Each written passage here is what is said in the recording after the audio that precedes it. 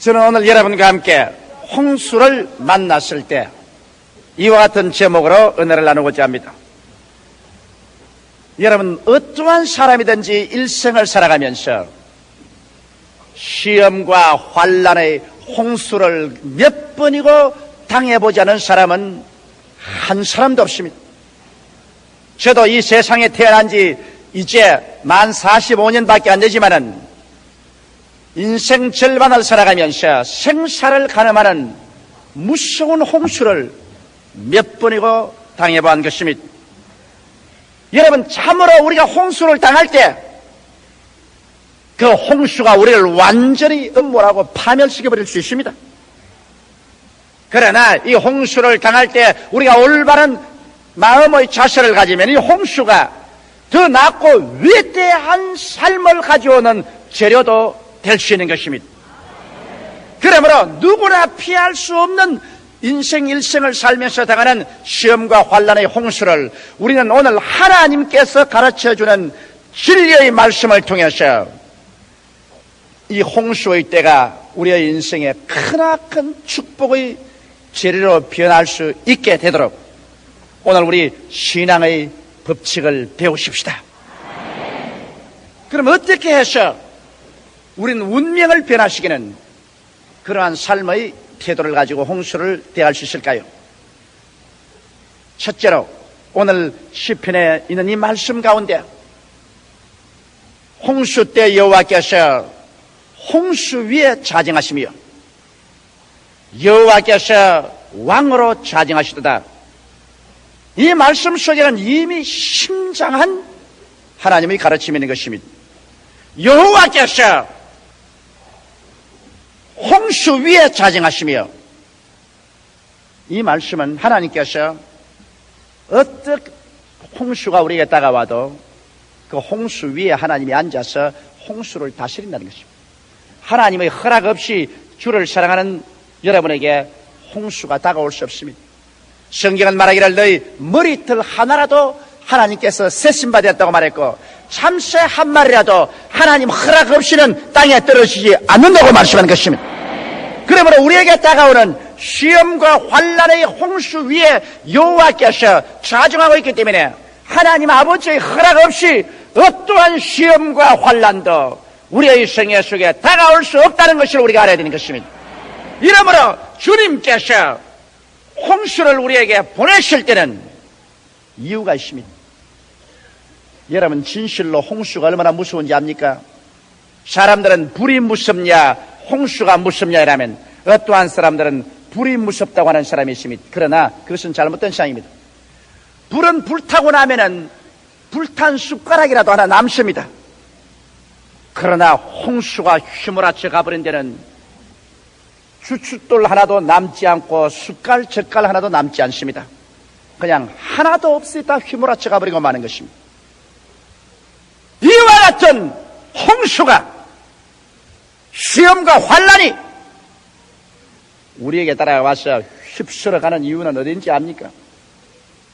이것은 우리의 생활에 우리가 혹은 지위나 명예나 권세나 청춘이나 세상 쾌락이나 부귀영화나 이런 것을 지어놓고 그곳에 정을 들여가지고서 그것을 위해서 살려고 할 때 하나님께서는 이와 같은 것이 순식간에 사라지고 말 것을 아시기 때문에 주님이 부르시고 택한 백성은 그 속에 영원한 집을 짓고 살겠다고 앉지 못하게 하기 위해서 시험과 환난의 홍수를 보내서 이것을 거두어 가버리고 마는 것입니다. 너희 모든 인생은 무엇이냐? 잠시 있다 사라지는 악년이라. 모든 인생은 풀과 같고 그 영화는 풀의 꽃과 같아. 풀은 시들고 꽃은 떨어지나 여호와의 말씀은 세세토록 있도다. 여러분, 장차 다가올 그 영광은 오늘 세상의 어떤 부귀영화라도 좋게 비교할 수 없는데 그 영광을 중심으로 살지 않고 세상의 부귀영화 공명을 중심으로 살고 있는 하나님의 택한 백성이시면 하나님께서 그 사람의 잘못된 신앙을 고쳐주기 위해서 시험과 환난의 홍수를 보내서 이 모든 것을 확 썰어가버리고 마는 것입니다. 하나도 없이 다 썰어가고 빈손 들게 되면 우리가 누구를 찾습니까?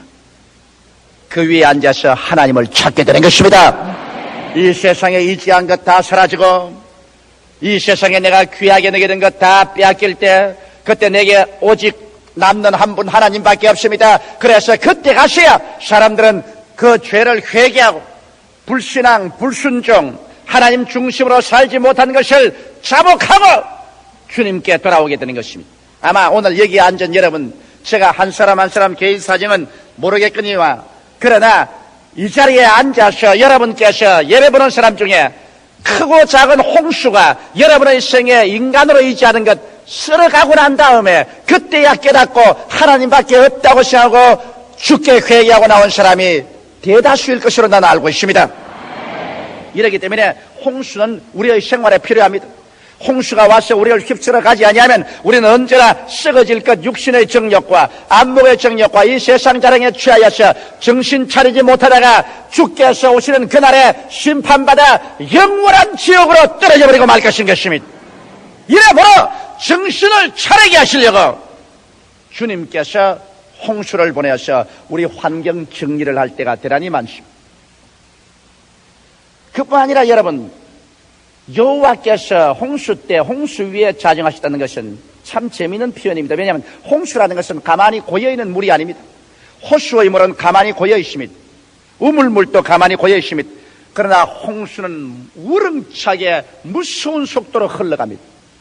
여호와께서 홍수 위에 앉아 있으면 홍수가 무서운 속도로 흘러가기 때문에 하나님도 그 홍수를 타고 같이 올 수밖에 없습니다. 그래서 홍수는 다른 것이 아니라 여호와께서 타고 오는 수레가 되시는 것입니다.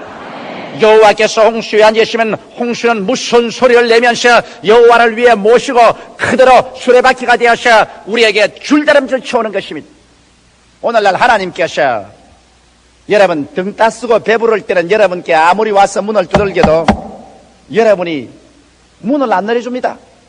주 예수 대문 밖에 기다렸었으나 단단히 잠가두니 못 들어오시네.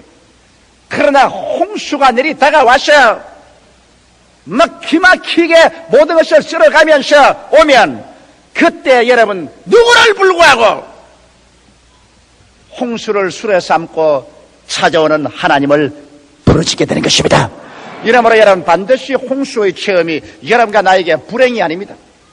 홍수의 체험을 통해서 여호와 하나님께서 그것을 수레 삼고 우리에게 찾아와서 그래서 우리는 이 세상의 부귀영화 공명으로 바꿀 수 없는 위대한 하나님과의 만남을 얻을 수 있기 때문에 홍수라는 것은 지나가 보면 우리 생활에 크나큰 축복이 될 수 있습니다. 나는 27년 전에 폐병의 홍수가 내게 다가온 것을 지금 돌아볼 때 얼마나 큰 축복인지 모르겠습니다. 그때는 내가 폐병으로 쓰러지고 피를 토하고 고통과 괴로움 가운데 있을 때 세상에 나가 하나님이 나를 이렇게 할 수가 있느냐? 내게는 모든 것이 절망이고 슬픔밖에 없다. 나는 이제 모든 것이 끝장났다고 탄식했지만은 그러나 이제 내가 27년 후에 돌이켜볼 때 그때 그 폐병의 홍수를 수레 삼고 우리 하나님이 타고 나의 생애 속에 들어오신 것입니다. 그래서 그 홍수 때문에 나는 회개하고 예수 믿게 되고 그 홍수 덕분에 나는 목사 되고 그 홍수 덕분에 오늘날 천당하게 되시니 얼마나 고맙습니까? 나는 우리 최하실 목사님 볼 때도 그걸 느낍니다. 우리 최하실 목사님은 원래 본 성격이 굉장히 활동적인 여성입니다. 그래서 옛날부터 사업을 많이 했습니다. 성냥 회사도 세워서 성냥 공장 사장도 하고 또 여자로서 배를 사가지고서 원양 어선에 배를 타고 총지위에 나가서 고기를 잡기도 하고 뭐 안 한 일이 없습니다. 그 다음에는 방직 공장의 샤틀 만드는 회사 사장도 하고 그래서 세상 재미에 취해서 정신없이 돈벌이 할 때 주님께서 우리 최 목사님에게 홍수를 보낸 것입니다. 그 홍수는 맏딸이 뇌염으로 세상을 뜨게 됐습니다. 맏딸이 죽고 난 다음 한 달 만에 어머니가 또 세상을 떴습니다. 어머니가 세상을 뜨고 난 다음에 사업이 부도가 났습니다. 사업이 부도가 난 다음에 남편이 첩을 만들어가지고 달아나 버렸습니다. 홍수도 그 보통 홍수 아닙니다. 딸 죽고 어머니 돌아가시고 사업 낭패되어서 파산되고 그 다음에는 기둥같이 믿고 있던 남편이 다른 여자하고 손을 잡고 주랭랑을 치고 모든 것은 끝장났다고 생각했습니다. 그래서 최 목사님이 모든 것 다 포기하고 이제는 인생을 하직하기 위해서 서울로 올라와서 삼각산에 올라가서 죽으려고 할 그때 그곳에 부흥회를 하고 있었습니다. 그 부흥회 참석했다가 하나님을 만나고 완전히 변화되어서 그 길로 신학교에 들어와서 오늘날 세계적인 훌륭한 주의 여종이 되어버리고 말한 것입니다. 최자실 목사님에게는 만일 그 홍수가 다가오지 않았더라면 그는 홍수를 술에 삼고 다가오는 예수님을 결코 만나지 못했을 것입니다. 그러나 그때는 그것이 절망으로 보였지만은 세월이 지나고 난 다음 돌이켜볼 때 그 홍수야말로 오늘날 최자실 목사가 있도록 만들어준 크나큰 축복이 되어버리고 말한 것입니다. 이러므로 사랑하는 성도 여러분, 여러분에게 크고 작은 홍수가 다가오는 것을 여러분께서 역겹게 생각하지 마십시오. 예수를 믿지 않는 사람에게는 홍수를 당해서 파멸할지 모르겠지만 하나님께서 여러분을 사랑하시고 구원한 여러분에게는 하나님께서 다 알고 하나님께서 여러분과 나에게 끝장으로 축복을 주기 위해서 여러분과 나에게 홍수를 허락해 주신 것입니다.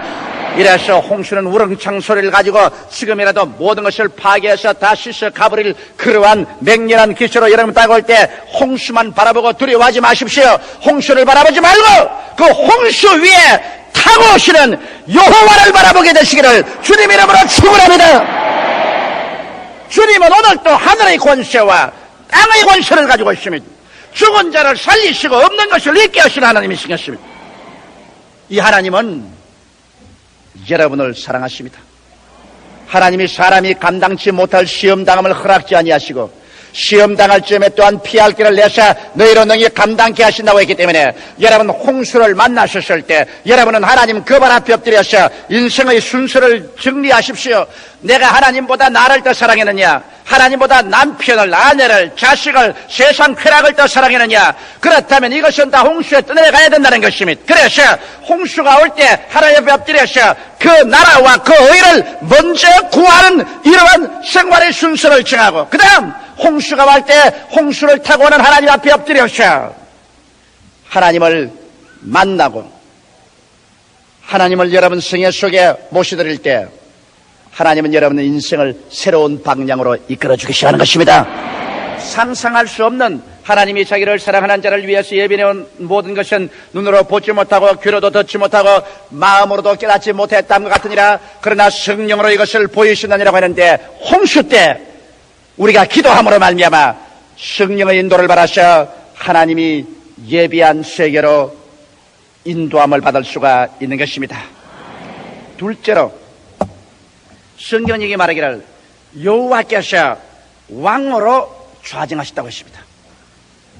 여러분 홍수 위에 여호와께서는 떠내려온 것이 아니라 왕으로 좌정했던 것입니다. 왕이라는 것은 여러분 다스리는 분이 왕이지 왕은 지배를 받지 않습니다. 여호와께서 홍수 위에 앉아계시다는 것은 여호와께서 홍수를 다스리는 왕이신 것입니다. 이러므로 여러분 여호와를 우리가 올바르게 알면 우리가 두려워할 필요 없는 것은 여호와는 좋은 평화할 때만 왕이 아니라 천지가 뒤엎어지는 홍수가 다가올 때도 홍수 위에 왕으로 앉으신다. 이러므로 여호와께서는 홍수도 정부하고 다스린다는 것입니다. 여러분의 생활 속에 또한 시험과 환란이 다가와도 하나님은 그것을 능히 다스리고도 남음이 있는 왕이 되신다는 것을 알아야 되는 것입니다. 하나님께서는 인생사에 다가오는 어떠한 시험과 환란도 능히 지배하고 다스리는 왕으로서 좌정하고 계신 것입니다. 그러므로 여러분 우리가 하나님 없이 괜히 인간의 오기로서 우리가 모든 인생의 짐을 걸머쥐고 가려고 하다가 지치고 피곤해서 쓰러질 때 우리가 할 수 있는 가장 좋은 길은 우리의 왕 대신 주 예수 앞에 나와서 그 짐 다 내려놓고 주님께 항복하면 우리가 다스리지 못하는 모든 사건을 주님께서 다스려 주시는 것입니다. 이렇기 때문에 주님께서 수고하고 무거운 짐진 자들아 다 내게로 오라. 내가 너희를 쉬게 하려고 하신 이유가 거기에 있는 것입니다. 주께서 실력도 없으면서 쉬게 하겠다고 하겠습니까? 주님께서는 능히 여러분의 수고하고 무거운 짐을 다스릴 수 있는 왕으로서 홍수 위에 앉아있기 때문에 어떠한 것이라도 주님께 내어놓으면 주님께서 다스려서 우리에게 쉼을 줄 수 있기 때문에 주께서 우리를 주님 앞으로 청하시는 것입니다. 여러분, 예수님께서 풍랑을 잠잠케 하신 사건은 우리가 너무나 잘 알고 있습니다. 한번은 예수께서 광야에서 떡 5덩어리와 물고기 2마리로 5,000명을 모이고 12바구니 남게 하시고 난 다음에 제자들을 앞서서 배 타고 건너가게 하시고 난 다음 주님 산에 올라가서 기도하시다가 밤 사경에 보니까 제자들이 바다 한가운데 배가 떴는데 거기에 타고 아무리 저어도 바람이 거슬러 오므로 고생하고 괴로워하면서 전진하지 못하고 고통 속에 있습니다. 칠흑같이 어두운 밤에 바람은 불고 파도는 치고 배는 방향을 잃고 제자들은 고통 가운데 있습니다. 그때 예수님께서 기도한 저수에서 내려오셔서 주님은 바다 위로 걸어서 제자들이 있는 곳에 오게 된 것입니다. 주님은 바다와 파도와 홍수를 다스리는 왕입니다. 주님께서는 그 위에 쩌벅쩌벅 걸어서 오셨습니다. 제자들은 예수님이 바다 위에 걸어오는 것을 보고 밤중에 귀신이라고 유령이라고 고함쳤지만 예수님께서 성경에 보니 그 배에 올라타시자마자 배는 즉시로 해변가에 도착했다고 말씀하는 것입니다. 오늘 인생 파도에 우리가 번민을 하고 고통을 당하고 괴로워하고 우리의 인간의 수단과 방법으로 아무리 노를 저어도 배는 앞으로 전진하지 않고 그래서 가정의 배, 사업의 배, 생활의 배가 방향을 잃고 파탄증에 이르렀을 때 이 홍수를 주장하는 왕되신 예수님을 여러분 가운데 모셔드려서 모든 일이 안 될 때는 부흥회를 하게 되기를 주의 이름으로 축원합니다. 가정의 모든 일이 안 될 때는 가정에서 부흥회 여십시오.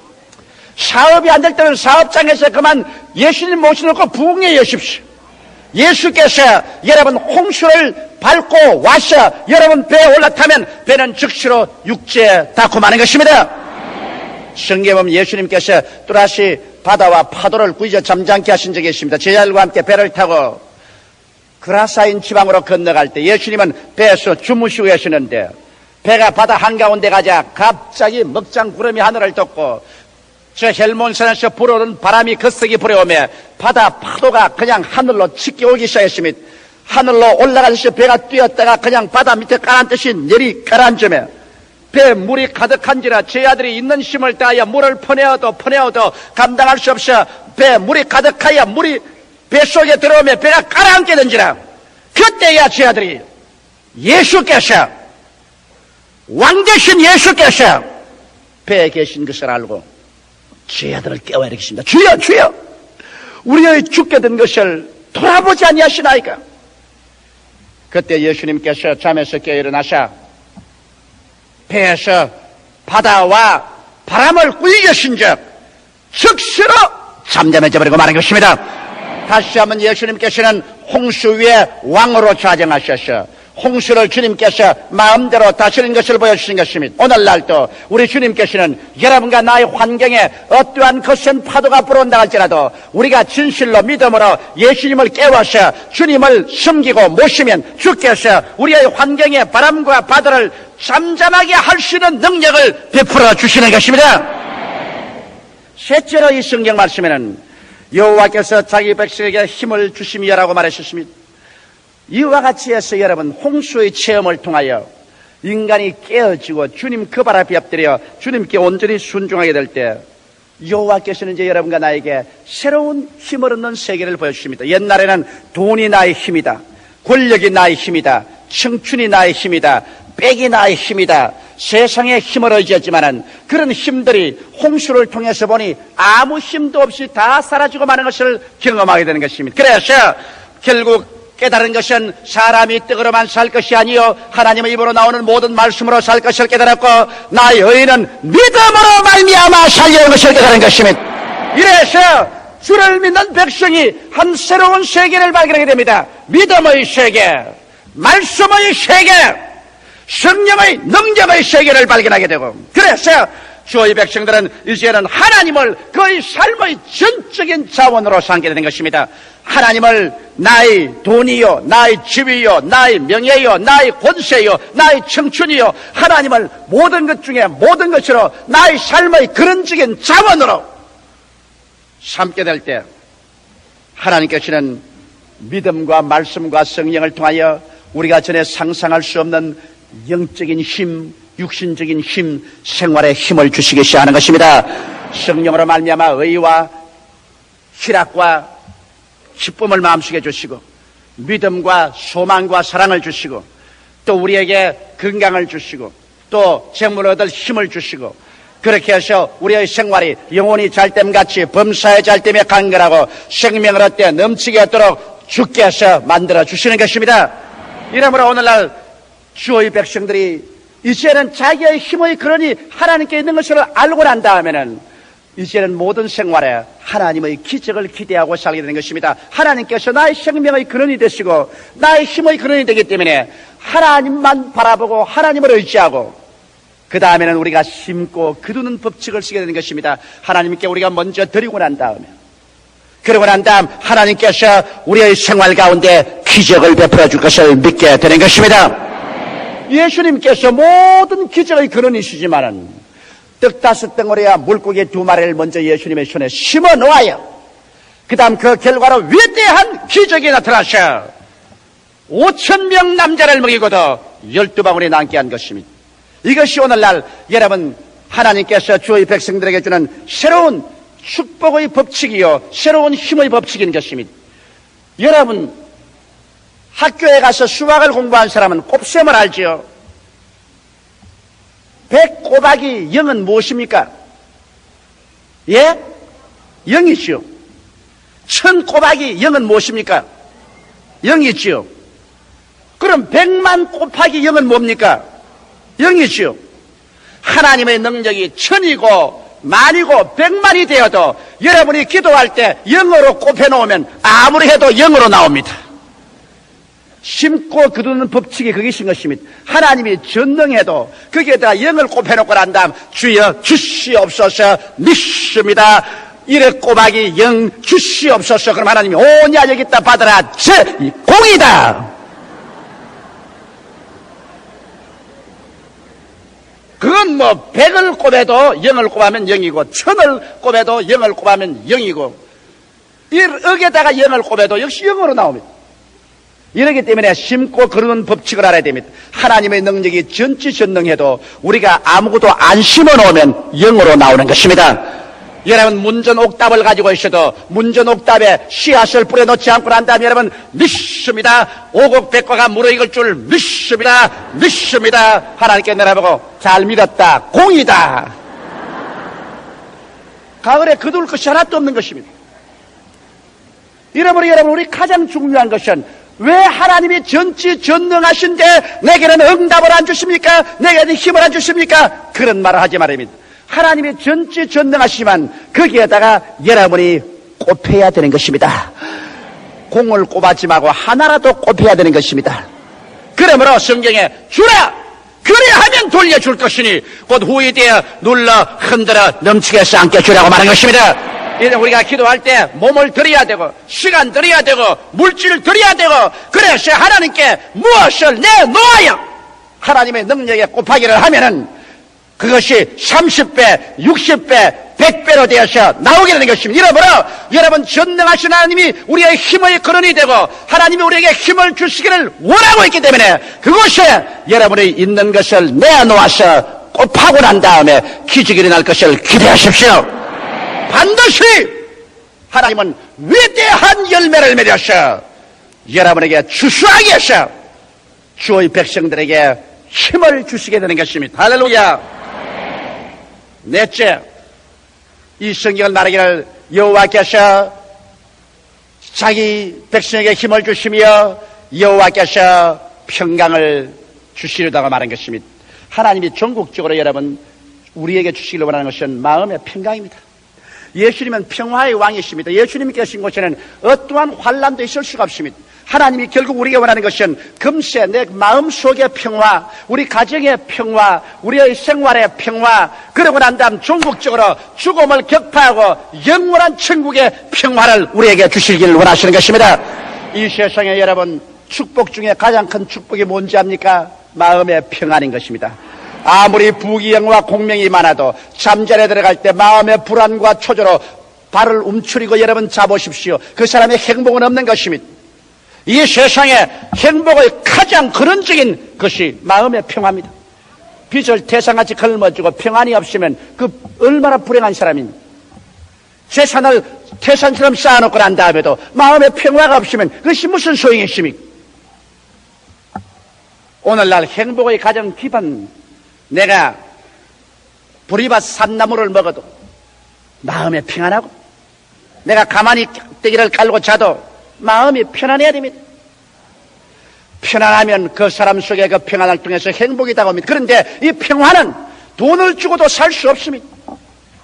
인간의 학문이나 인간의 수양과 노력으로도 살 수 없습니다. 이 평화는 평화의 왕 예수께서 오셔서 여러분을 점령하게 되면 동남풍이 불고 서북풍이 불어도 여러분은 평안한 것입니다. 할렐루야! 이러므로 성경은 말하기를 여호와께서 자기 백성에게 평강을 주시며 평강의 복을 주시로다. 이래서 죄를 용서하고 병을 치료하시며 마귀를 내어 쫓고 절망을 소망으로 변화시키는 하나님께서는 여러분과 내 마음속에 금세 평안을 주시고, 그리고 또 내세 영원한 천국에 평안을 주셔서 진실로 여러분과 내게 선을 베풀기를 원하시는 것입니다. 오늘날 폭풍우를 안 만날 사람 누가 있습니까? 홍수를 안 만날 사람 누가 있습니까? 그러나 하나님을 올바르게 알고 올바른 신앙의 태도를 가지고 홍수를 만나면 홍수는 종국적으로 하나님 손에서 여러분이 도저히 상상할 수 없는 큰 축복이 되어서 돌아오게 되는 것입니다. 이러므로 좋은 것은 좋아서 좋고 좋지 않은 것은 하나님께서 좋게 만들어 줄 것이니 좋은 것입니다. 이래서 우리는 항상 기뻐하라, 쉬지 말고 기도하라, 범사에 감사하라. 기뻐하고 기도하고 감사하는 생활을 살면서 날이 맑을 때도 비바람이 불 때도 잠잠할 때도 홍수 때도 우리는 믿음, 소망, 사랑을 가지고 앞으로 승리적인 전진의 삶을 살아갈 수 있는 것입니다. 다 같이 고개 숙여 기도드리겠습니다. 살아계신 우리 하나님 아버지, 여기 고개를 숙인 주의 백성들은 한두 번 이상 모두 다 홍수를 통해서 온 사람들입니다.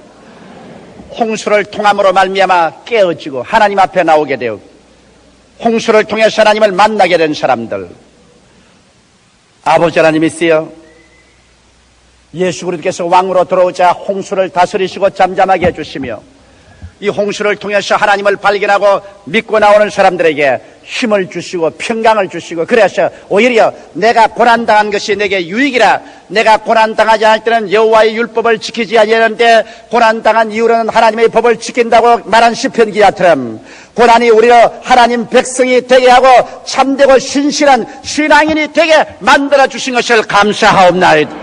오 하나님 아버지, 그렇기 때문에 우리 주 예수 안에 있으면 하나님을 사랑하는 자, 곧 그 뜻대로 부르심을 입은 자들에게는 모든 것이 합력하여 선을 이루게 됨을 감사하옵나이다. 여호와 하나님이여 영광 받아 주시옵소서. 오늘 이 시간에 주님 앞에 나와서 고개를 숙인 모든 주의 백성들에게 하나님 아버지여, 오늘 이 시편 29편에 기록한 하나님의 말씀대로 하나님의 축복과 영광이 차고 넘치게 임하시게 하여 주시옵소서. 이 자리에 오늘 홍수를 당해서 홍수의 요란스러운 소리 보고 절망한 사람이 있습니까? 홍수 위에 수레로 타고 오는 예수님을 바라보게 하여 주시옵소서. 오히려 기뻐하고 즐거워하게 도와주시옵소서. 오히려 감사하게 도와주시옵소서. 기적이 일어날 것을 믿게 도와주시옵소서. 더 나은 내일이 있을 것을 바라보게 하여 주시옵소서. 예수 이름으로 축복하고 기도드리옵나이다. 아멘.